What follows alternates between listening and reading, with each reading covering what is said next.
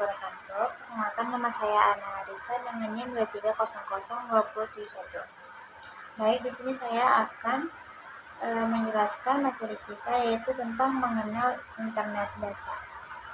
Materi kita yang pertama yaitu ada sejarah internet.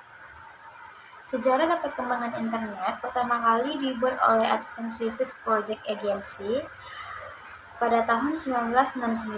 Pada saat itu, internet masih berupa sebuah jaringan komputer yang kemudian diberi nama ARPANET. Istilah inilah yang menjadi cikal bakal terbentuknya jaringan internet yang populer hingga saat ini. Lalu pada tahun 1980-an, internet mulai dipakai oleh kalangan terbatas dengan tujuan untuk menghubungkan berbagai kampus atau universitas populer di Amerika Serikat. Seiring berjalannya waktu, jaringan internet semakin berkembang pesat, terlebih setelah diluncurkannya standar protokol TCP/IP. Sejak itu, Amerika Serikat membentuk suatu badan riset yang dikenal sebagai pengganti peran ARPANET, yaitu National Science Foundation Network, terbentuk di tahun 1986. Hal ini menghubungkan sejumlah jaringan yang terbesar di beberapa negara. Tahun 1993, setiap sistem komputer yang terhubung ke internet harus memiliki alamat IP atau nama domain berupa simbol numerik atau format tertentu sebagai tanda pengenal.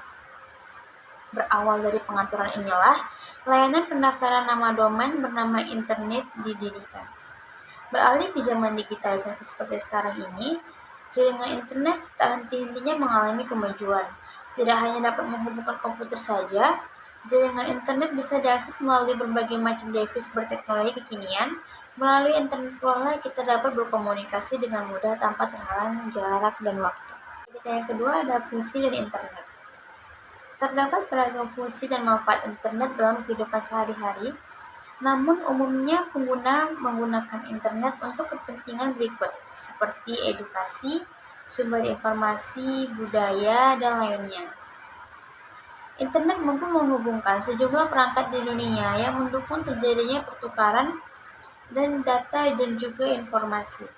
Semua orang dapat dengan mudah mengakses berbagai informasi tersebut dengan memasuki kata kunci di pencarian.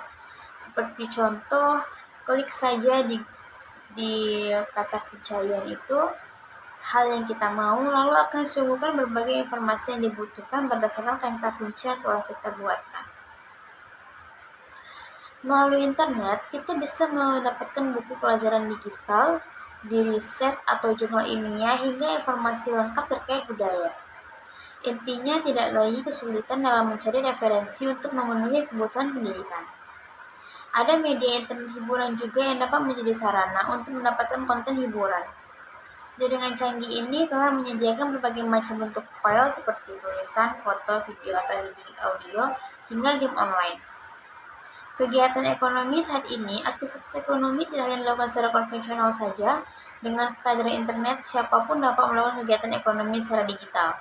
Malah untuk mendukung aktivitas tersebut sudah ada aplikasi e-commerce yang tidak hanya memudahkan penjual tetapi juga pembeli dalam bertransaksi. Berkat kehadiran internet, para content creator dan influencer mendapatkan penghasilan yang cukup menjanjikan. Kita yang ketiga ada mengenal browser internet. Web browser adalah perangkat lunak yang memungkinkan kamu untuk mencari, mengakses, atau menampilkan halaman website di internet. Pada dasarnya, website berisi brosur akan menerjemahkan kode tersebut ke dalam tulisan, gambar, audio, maupun elemen lainnya. Web browser bukanlah salah satunya hal-hal perangkat lunak yang bisa mengakses website, namun kebanyakan orang lebih memilih menggunakan perangkat lunak ini karena mudah digunakan. Satu hal yang perlu diketahui, new browser bukanlah mesin pencarian, tetapi adalah membantu menampilkan halaman web seperti Google Chrome, Mozilla, Firefox, atau Opera.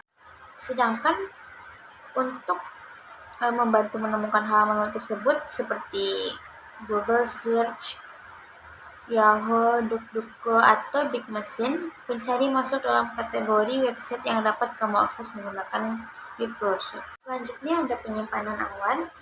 Penyimpanan awan adalah model layanan di mana data ditransmisikan dan disimpan pada sistem penyimpanan jarak jauh. Data tersebut akan dipelihara, dikelola, dan disediakan untuk pengguna melalui jaringan internet. Pengguna umumnya akan membayar penyimpanan awan dengan tarif bulanan per konsumsi. Kendati demikian, beberapa penyimpanan awan biasanya bisa diakses secara gratis dengan penyimpanan terbatas. Penyimpanan awan bekerja dengan menyediakan ruang penyimpanan data pada server yang terletak di pusat data. Saat pengguna membeli penyimpanan cloud dari penyedia, mereka menyerahkan sebagian besar akses penyimpanan mereka, termasuk keamanan, kapasitas, server penyimpanan, dan sumber daya komputasi, ketersediaan data, dan pengiriman melalui jaringan internet. Kelima ada Google Drive. Secara ringkas, Google Drive adalah penyimpanan Google yang berbasis cloud. Cloud sendiri merupakan istilah yang mengacu pada teknologi server milik sebuah layanan di internet.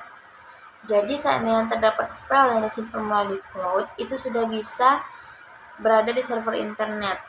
Alih-alih menggunakan memori penyimpanan fisik, penyimpanan file berbasis cloud tidak hanya Google Drive, ada OneDrive, ada Microsoft, ada iCloud dari Apple. Kemudian ada juga Dropbox dan Amazon Cloud Drive.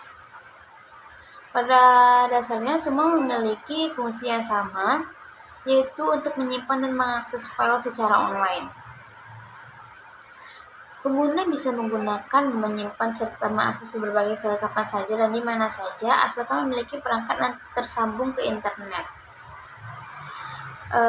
Yang dapat kita simpan di Google Drive ada seperti jenis format seperti JPEG, PNG, Doc, PDF, PPT, dan MP4, dan masih banyak lagi. File-file dengan format tersebut bisa langsung dibuka di Google Drive tanpa harus memerlukan aplikasi tambahan.